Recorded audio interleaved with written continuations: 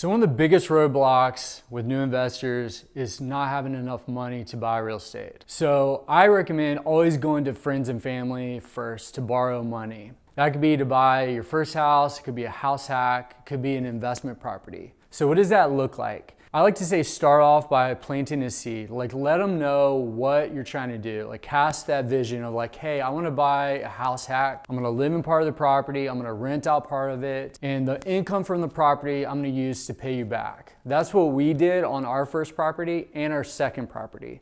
So for example, we needed $24,000 for the down payment and renovation on our first property. So I pitched that to my father-in-law. I showed him the property. I showed him all the numbers, the financials of what it's gonna cost, what our loan payment's gonna be, what the income's gonna look like. Made it very clear, very transparent, and said, hey, look, I need to borrow this amount. I'll pay you back $1,000 a month for 2 years. And so I let him know what the payback was gonna be, the terms, the timeline, all those things were very clear. And so you want to cast that vision, make sure they can see the big picture and see that it's a good investment. At the end of the day, they're primarily investing in you. And so you want to make sure you're a good investment, the deal's a good investment, and that you pay them back. You want to make sure you're building trust so that you can have future opportunities to work with them and invest with them in the future.